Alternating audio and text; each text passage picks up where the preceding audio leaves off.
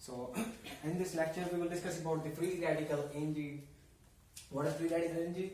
We will discuss this first: definition, physiological generation of the free radicals, and pathological generation of the free radicals. After that, free radical damage, how free radicals get damage our cells, and then after that, elimination of free radicals. And this is a little bit free radical mechanism of the free radical energy. First, we'll discuss about the definition. What is the definition of free radicals? Free radicals are the chemical species with unpaired electron in outermost shell. When an unpaired single electron will be present in an outermost cell, then it will cause the free radical injury. So what is the key part? That this unpaired electron will cause the injury.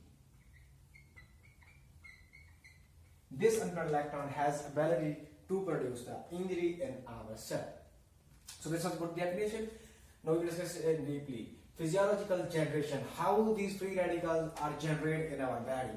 First is that physiological generation through oxidative phosphorylation. First know that what is oxidative phosphorylation. Normally oxidative phosphorylation is like that. In oxidative phosphorylation, like that, this is an electron transport chain, and at the end of the electron transport chain here present oxygen O2, and in the middle here is the cytochrome C protein.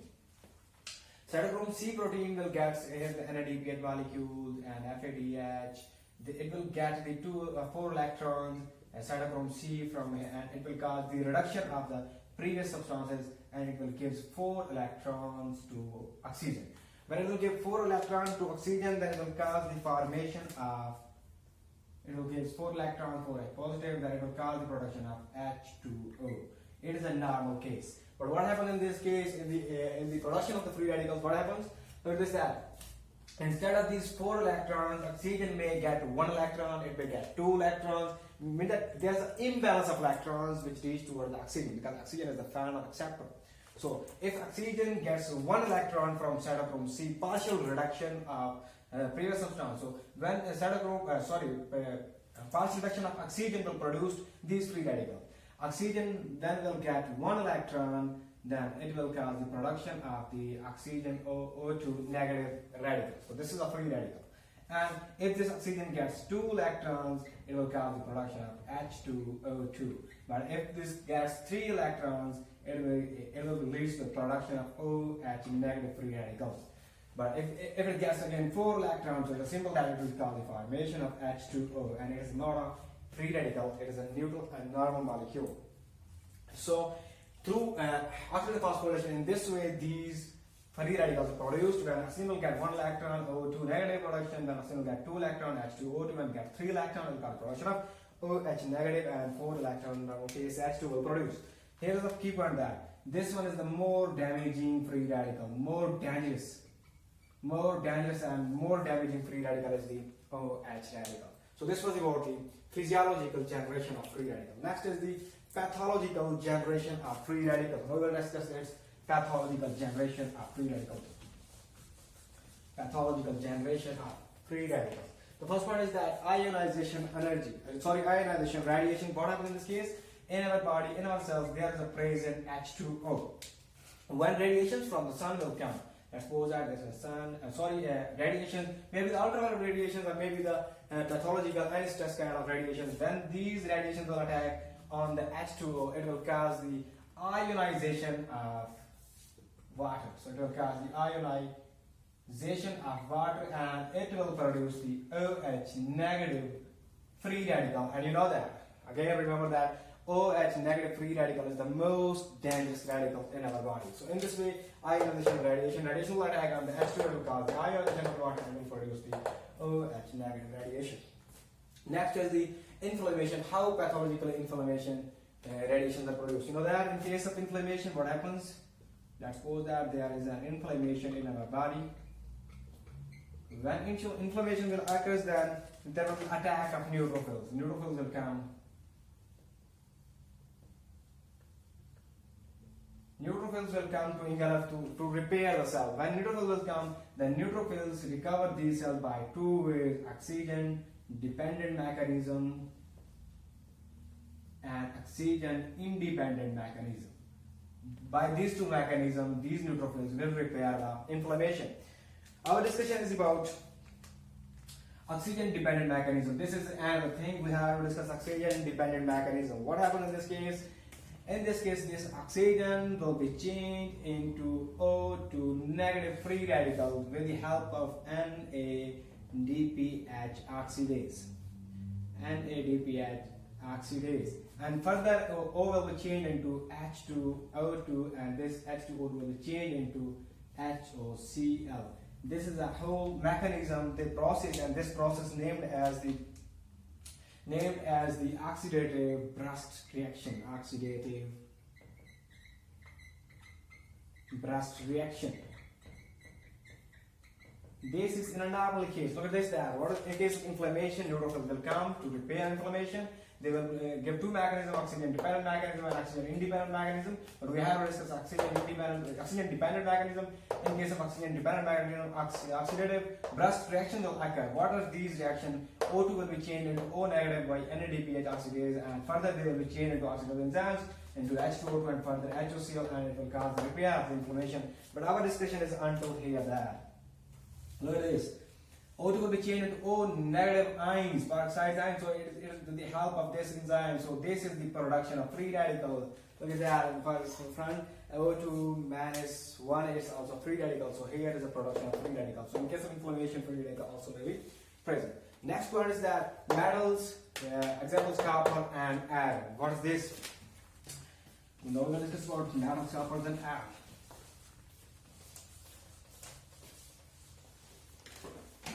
In basically case, these metal, copper and iron, copper plus iron plus 2, and these are being bounded in our body in normal case. These are always bounded in our body. In liver and maybe in other things, but mostly in liver, these are being bounded and these are being kept constant in our body, because if these are not bounded, then these will become very, very dangerous. Why these will become very dangerous? Because they will cause the production of free radicals. And when free radicals are produced, so free radicals automatically will cause the necrosis. We will discuss this later in this case. How free radicals cause necrosis. So it is dangerous for us that copper and iron must be in bound form, but if they are not in bound form, they will be dangerous and they will cause the production of free radicals. I would like to give the examples in this case of metals and coppers. First example is hemochromatosis. What happens in this case? Hemochromatosis.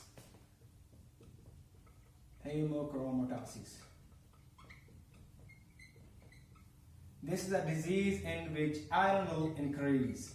Iron will be accessed in our body, in our blood. When iron will be accessed then through Phantom reactions,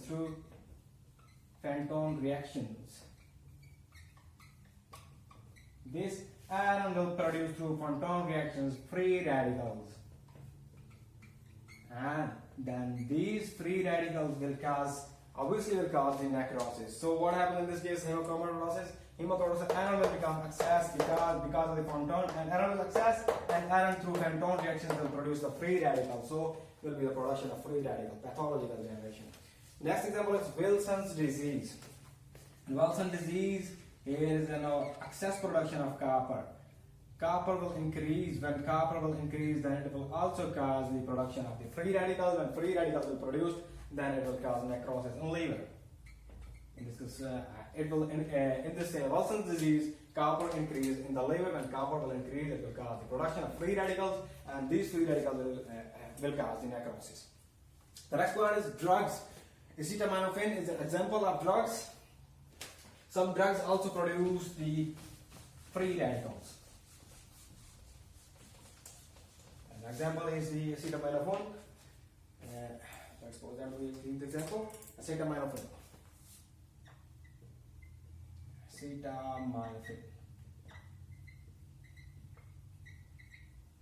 This is a drug, and this drug takes an excess dose of this disease. This drug. When this drug will be in an excess dose, then what will happen? This drug basically first will go in the liver, because all drugs are first, number one, it's a pharmacology that disease. It's a pharmacology, and this drug first is being absorbed in the liver. When it will go in the liver, then they have their own metabolism in the liver. What will happen in the metabolism? Then this acetylmetaphane will be changed into free radicals. Maybe change into free radicals with the help of P450 system. P450 system. So these drugs also can cause the production of free radicals, because in case of example is the acetaminophen. Excess dose, when will you take excess dose, then in case of suicide also you can take acetaminophen, excess disease. So in case of excess dose of acetaminophen in liver, then it will change into free radicals with the help of P450 system. So these drugs also cause the production of free radicals. Next we say that what damage free radicals can do. Damage of free radicals. Free radical can damage to which parts of our cell, how they can cause the necrosis, how they can cause inflammation. The first part is that peroxidation of lipids. Let's suppose that these are the lipids in our body and like that. And these are the lipids, and these lipids are unsaturated. These lipids are unsaturated.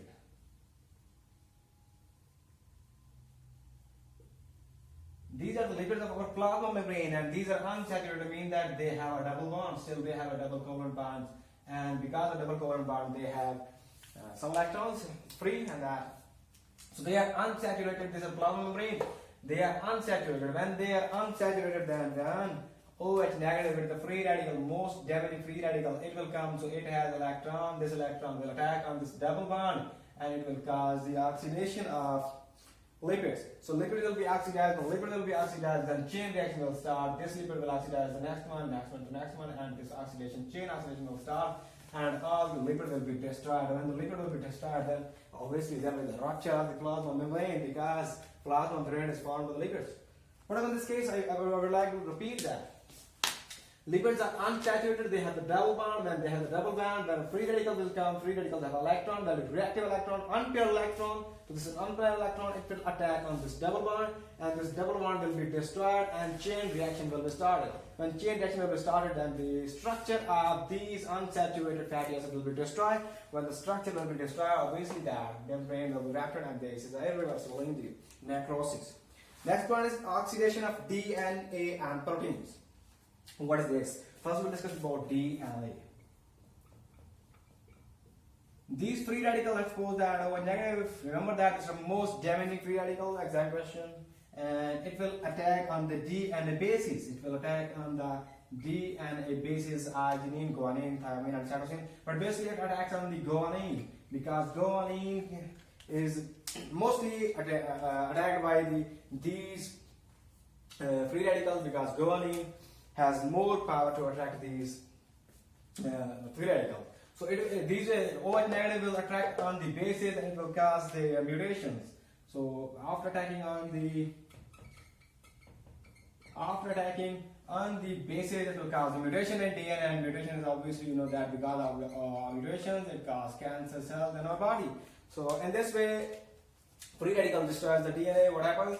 These free radicals will come and attack on the bases of the DNA, mostly on the guanine, and then it will cause a mutation in these bases, and mutation will mostly cause cancer. And next is the proteins. What is in case of proteins? Oh, let's say right here that proteins.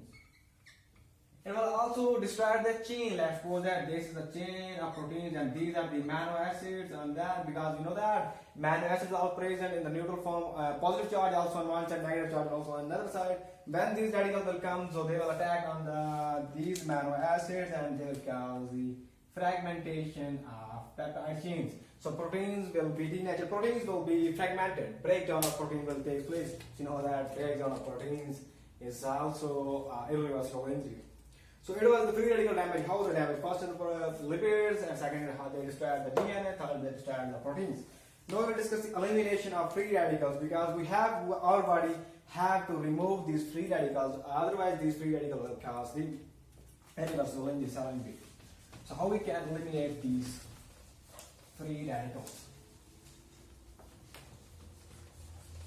How we can eliminate the free radicals?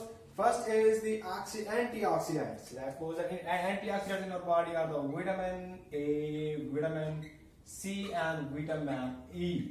these vitamins will cause the excretion of the free radicals, because these vitamins will attach. These vitamins will attach with the free radical, and they will cause their excretion to the urine. So in this case, free radicals will be removed out by our body with the help of vitamin A, vitamin C, and vitamin E. The next point is metal carrier proteins. You know that we have just discussed that copper and iron. That copper and iron must be bonded. But in this case, if there is the most iron in our body, iron is excess, then there will come these metal carrier proteins. The iron carrier protein is the transferrin in our blood. Transferrin protein. This transferrin protein will come and it will attach the iron. So iron will come here and it will be attached with the transferrin. So in the case of this is, let's suppose that this is a blood vessel, and this blood vessel will cause to take this transferrin to the liver, and here is the liver. So it will come in the liver. Let's suppose it's the liver, and it will cause liver, and liver is a ferritin protein, and it will give this iron to ferritin protein, and ferritin protein will bound the iron in itself, and when our body needs iron, then this will release the iron to our body. Now in case when our body will need iron, it will release. What happens in this of metal carrier protein? Let's suppose that iron is in excess. When iron will be in excess, then transferrin, which is present in our blood, it will cause the attachment. It will attach with the iron. It will absorb the iron from our body, and it will go towards the liver. And in the liver there is a present ferritin protein, so it will give the iron to ferritin protein, and ferritin protein will store the iron. And when our body will need the iron, so it will secrete the iron. Next word is that enzymes. How enzymes can also cause the elimination of free radicals. How enzymes also can cause the elimination of free radicals. You know that in normal case, if oxygen gains 1 electron, then it will cause the O2 minus, and it will cause 2 electrons H2 O2. Remember, starting this lecture, and if we have 3 electrons, it will cause the production of OH negative, and for the 4 electron, it will cause H2O. So you must remember this chain, and these enzymes have functions to control each free radical. Let's suppose that SOD stands for the superoxide dismutase. Superoxide dismutase. So this SOD will control the O2 negative free radical. And next is catalase, and catalase will control this one, H2O2. So catalase will control the H2O2 free radical. And glutathione peroxidase will control the OH negative. Again, remember that this is the most dangerous. This is the most dangerous free radical. Very important for the examination. So glutathione peroxidase will control the OH. So it was the enzymatic control of these free radicals. So now we have discussed elimination of free radicals. First is antioxidant, vitamin A, vitamin C, and vitamin E. And metal carrier proteins we have just discussed earlier, and through enzymes, and this way they will control them, eliminate the free radicals from our body. So next one is that free radical injury. Free radical injury, the first one is CCl4. CCl4. We will discuss it in detail. Be careful of that. When CCl4 gets entry in our body and it comes in our blood. So now CCl4 has been absorbed in our blood, and now this is in the blood, and from blood it will go towards the liver. When it goes in the liver, you know that in liver drugs and chemicals may be changed into free radicals by the system of P450. So blood will change this CCl4 into CCl3, which is a dangerous free radical, because it is the unpaired electron. Any CP2 is an unpaired electron, it will be the free radical. So it will change into free radical with the help of P450 system. So it will be changed into CCl3, and this free radical will attack on the cell, and it will cause a cell injury. First it will cause the swelling, and still this swelling is reversible injury. But if this free radical increases more and more, then they will cause irreversible injury. Irreversible injury. And what happens in case of irreversible injury? You know that in case of irreversible injury, swelling will occur more and more. Then more and more swelling, you know that Rough endoplasmic reticulum swelling will also occur. Then ribosomes will be detached. Remember in the previous lectures, ribosomes will be detached and no protein production in liver. So no protein production in liver. How is it possible that when CCl4 will be in the liver and it will be changed into CCl3 dangerous free radical with the help of P450 system? No, it will cause the swelling and reversible, but if it increases further, it will cause the irreversible injury. In case of irreversible injury, it will cause the swelling of rough endoplasmic reticulum. When it will cause the swelling of rough endoplasmic reticulum, ribosomes will be detached from rough endoplasmic reticulum. So when ribosomes detach, the function of ribosomes is produce proteins. So when ribosomes detach, no protein production. And you also know that what is the function of liver? I would like to give here for this one, and I will correlate this part with this one. What is the function of liver? Its function is to collect cholesterol and lipids, cholesterol plus lipids from body. It takes from our body these things. Liver collects these cholesterol and lipids, and its function is to join these with the proteins. And after joining with the proteins, it excreted the lipoproteins. It will form the lipids to proteins. It will form the lipoproteins, and these lipoproteins are excreted through our body in case of normal. But you know that in case of cell injury, what's happening that there is a no protein. When there is a no protein, then this joining process will not occur. This joining process will not occur, but there is an accumulation of cholesterol and lipids, and this accumulation will increase. When more lipids will increase, it will cause necrosis, it will attack the calcium plus 2 ions, it will cause calcification. We have discussed in the previous lecture, calcification will cause the fat necrosis. So it was about the CCl4, understand? Okay, the next point and the last point is that Reperfusion injury.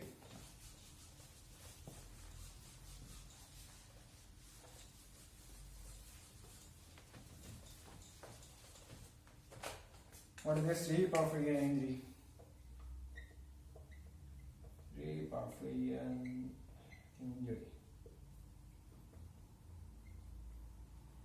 So let's go there. This is an artery, and in artery there are some tissues. There are some tissues and cells present here. It is supplying to these cells. So let's go there. There is some thrombus here. Initial cases, and no blood will go toward these tissues. When thrombus, then no blood will go toward these tissues, and these tissues will undergo necrosis. So these cells will become dead cells. They will undergo necrosis. So there is some deadly fatty acid will be present. Some fatty acid. These fatty acids will be present here. So when blood will come, so there is a necrosis, nothing else. But sometimes this thrombus may be caused the further. This thrombus will cause the further, and blood will re-enter into the injury. Blood will enter into the re-injury. When blood will enter into the re-injury, so now this blood also contain oxygen and will attack on these cells. What is reperfusion? Means that blood may be re-enter to these dead cells. When blood will re-enter these dead cells, now it also contains oxygen, O2. When it will come here, then it will come further inflammatory reactions. So further injury, further inflammation, it will be the more dangerous injury. What happens in this case? Let's suppose that first if there is some injury, and then again blood will come. When blood will come and will come here, now it also contains O2. When it will attach here, then it will cause the production of free radicals. When free radicals will produce, they will cause the inflammation. So this was about the free radical injury. So thank you so much, guys. We will see you in the next lecture.